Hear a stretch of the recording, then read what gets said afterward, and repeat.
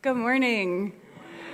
Welcome to worship this morning. Grateful we can all be gathered together to worship our God. Thankful for everyone helping with worship, either up front or behind the scenes, and thankful for Deidre for leading us in our Kyrie a little bit later today. A few announcements. We have about 6 students and 1 adult who are at our Synod's middle school youth gathering at Luther Crest Bible Camp today. So they went yesterday and are there overnight. Pastor Eric is also there. He helps lead worship with the worship band, so he's been there all day Friday through today.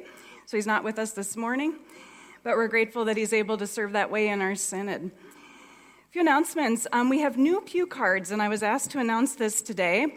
So if you look at this, it's replacing a number of the different pamphlets that were in our pews before, as well as our pew pads.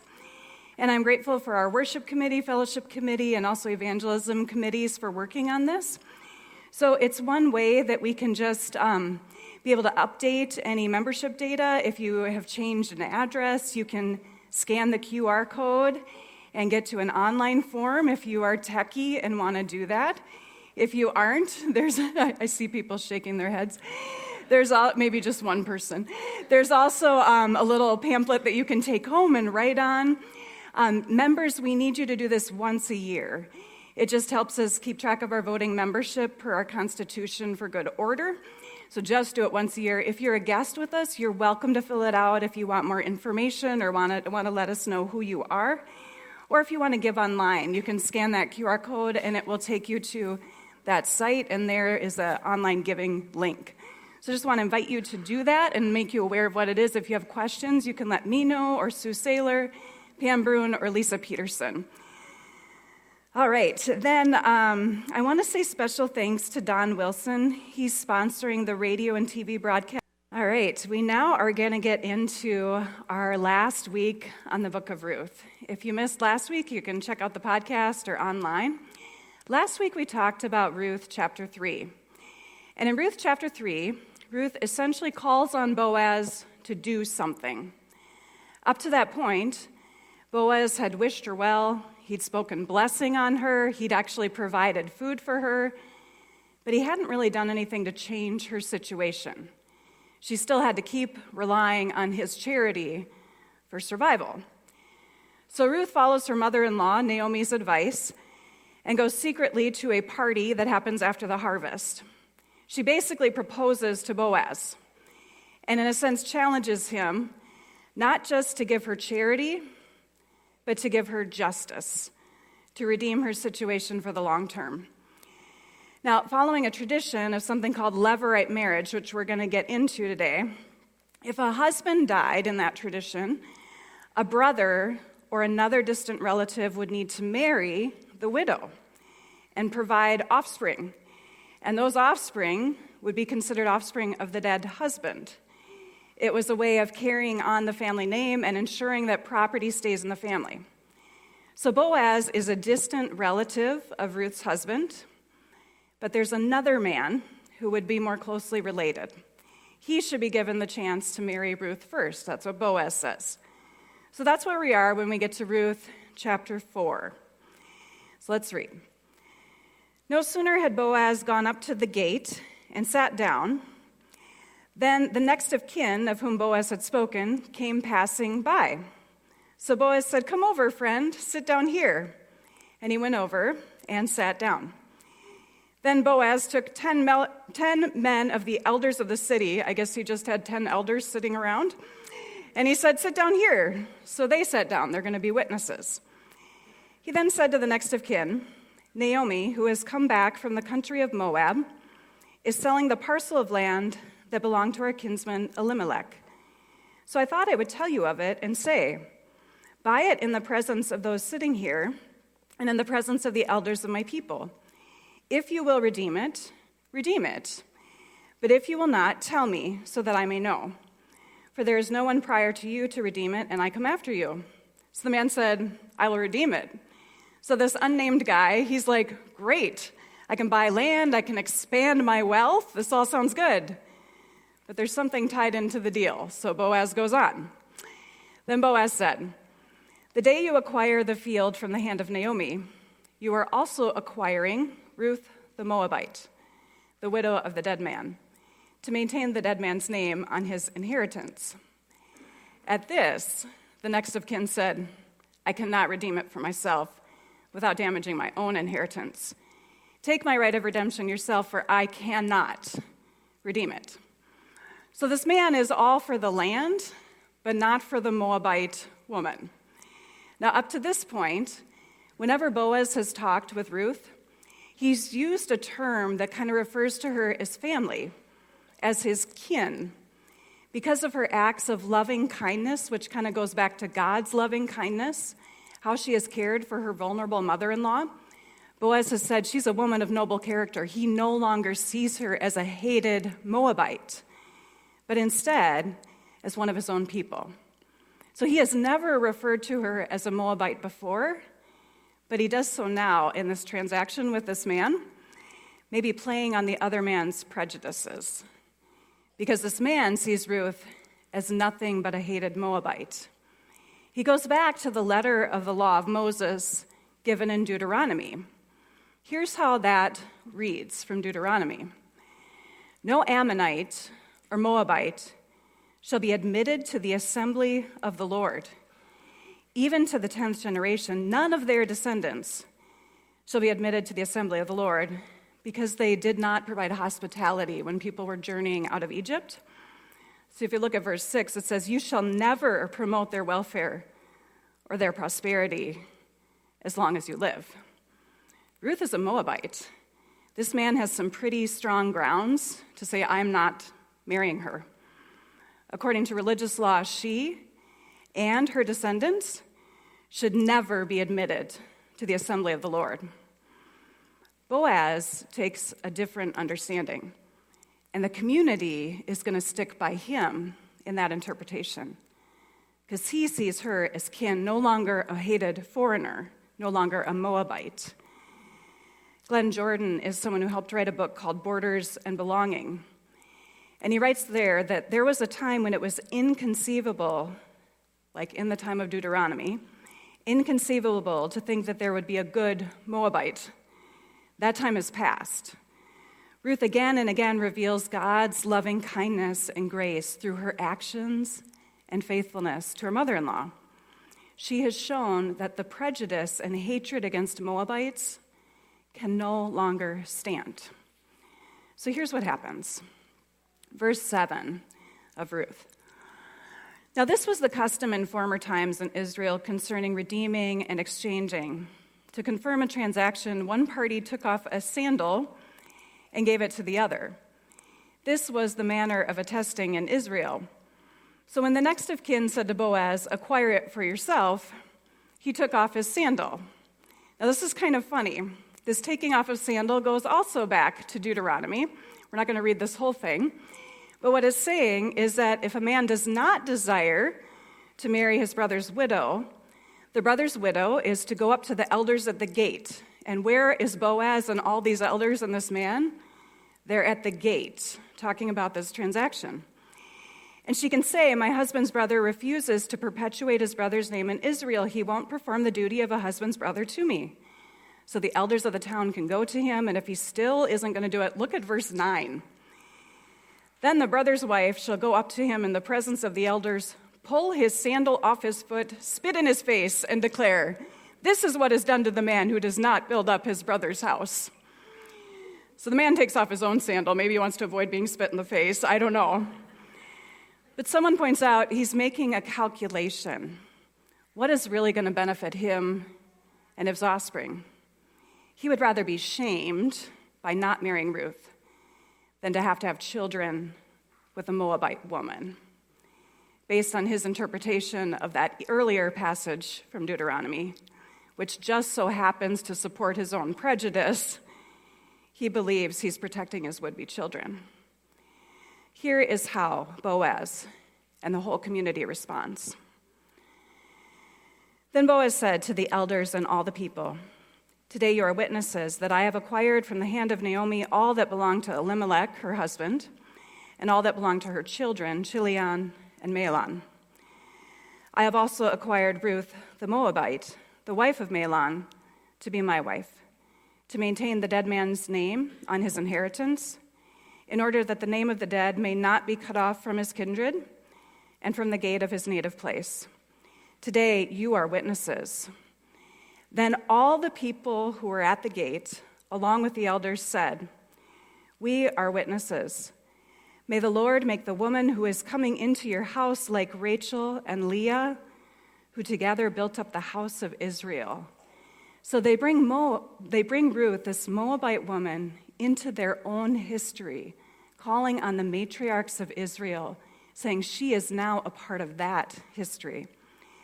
They say, "May you produce children in Ephrathah and bestow a name in Bethlehem. And through the children that the Lord will give you by this young woman, may your house be like the house of Perez, whom Tamar bore to Judah."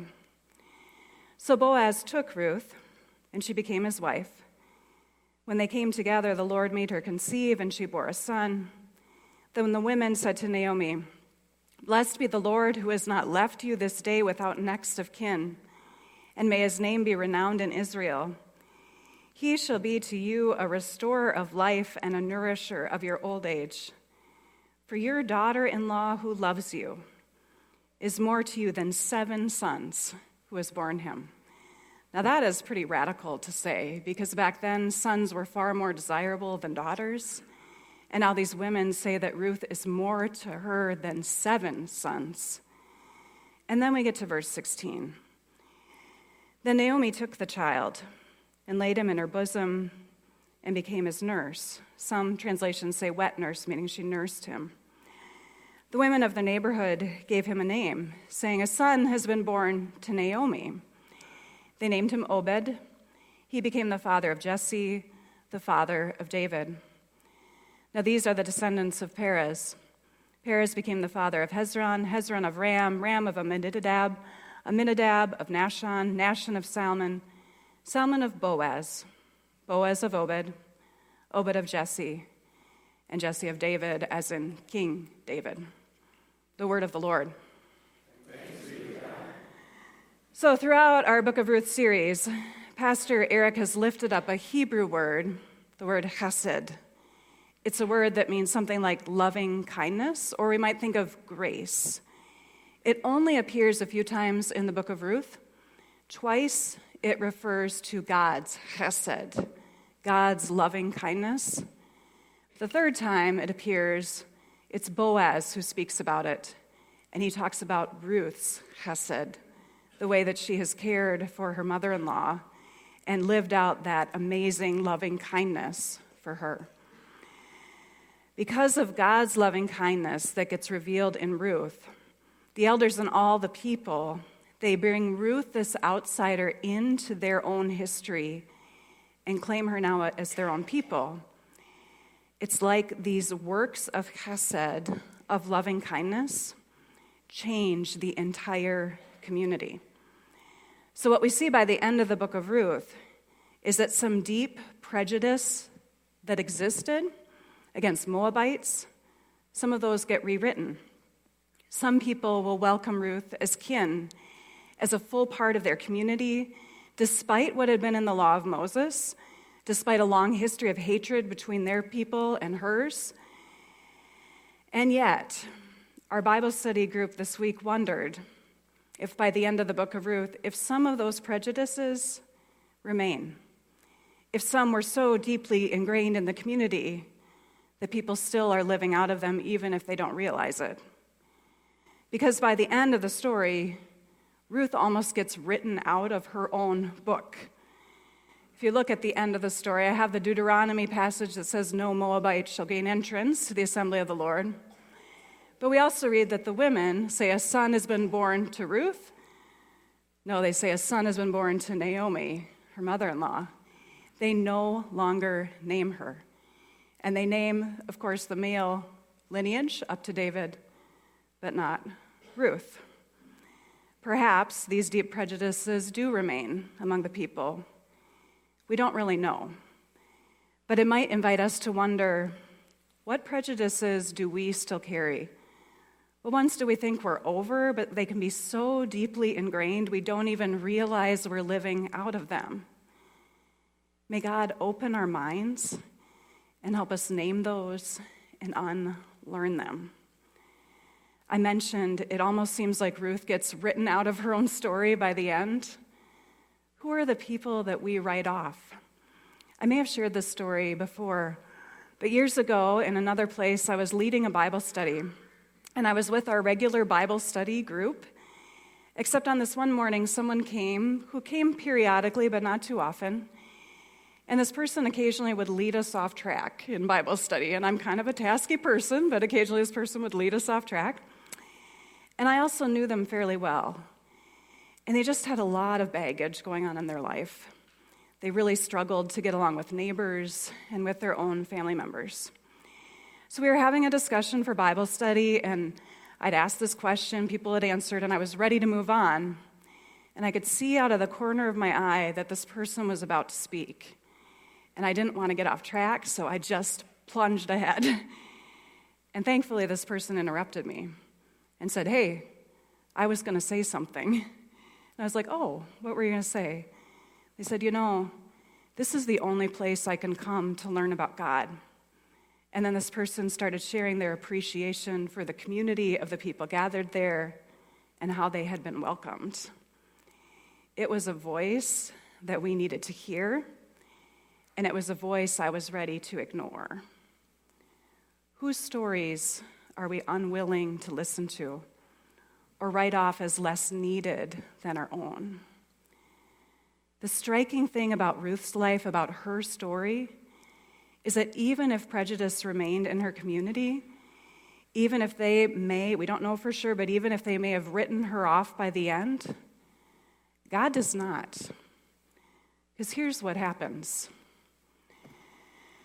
We read that no Moabite shall be admitted to the assembly of the Lord, and though Ruth isn't named there, she becomes a part of the ancestry of one of the most well-known kings of Israel. No Moabite or their descendant shall be admitted to the assembly of the Lord, and Ruth becomes an ancestor of one of the most well-known kings of Israel, of King David. It might make us wonder if God is more gracious in interpreting God's own law than we are.